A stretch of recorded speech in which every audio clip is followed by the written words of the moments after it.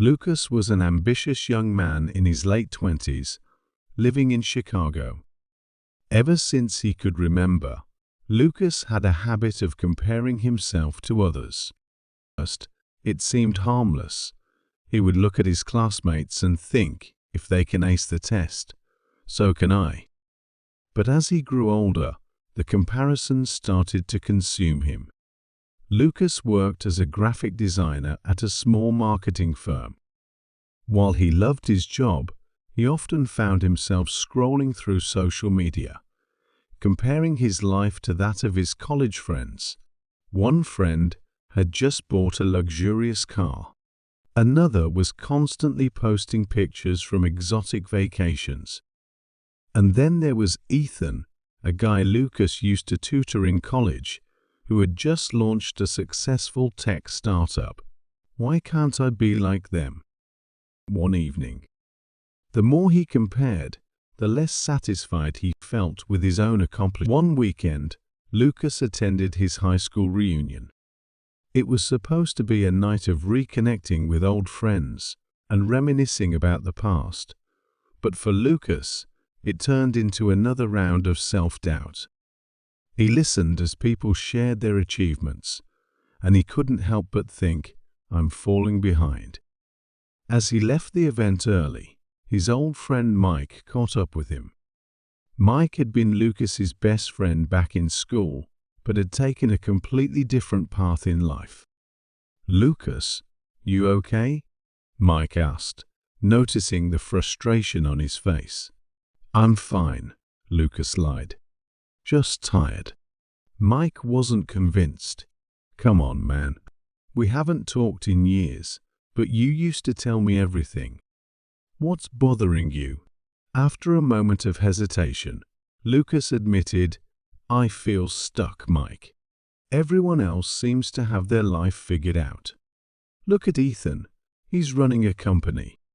Meanwhile, I'm just designing ads for small businesses. Mike smiled and said something Lucas didn't expect. You think Ethan's happy? He's my neighbor, and I see him working 14-hour days. He's stressed all the time. He even told me last week that he misses the days when life was simpler. Lucas was stunned. He had always assumed that success equaled happiness. Mike continued, Listen, man, I drive a delivery truck and I make enough to get by. My life isn't glamorous, but I'm happy because I've stopped comparing myself to others. You've got to realize that everyone's path is different. Lucas couldn't shake those words. That night, he lay awake thinking about how much energy he had wasted comparing himself to others. He decided to make a change. The next morning, Lucas wrote down everything he was grateful for. 1. A steady job that allowed him to be creative. 2. A small but supportive circle of friends. 3. His health and the freedom to pursue his hobbies. He also deleted the social media apps from his phone. If I can't stop comparing, I'll cut off the source, he told himself.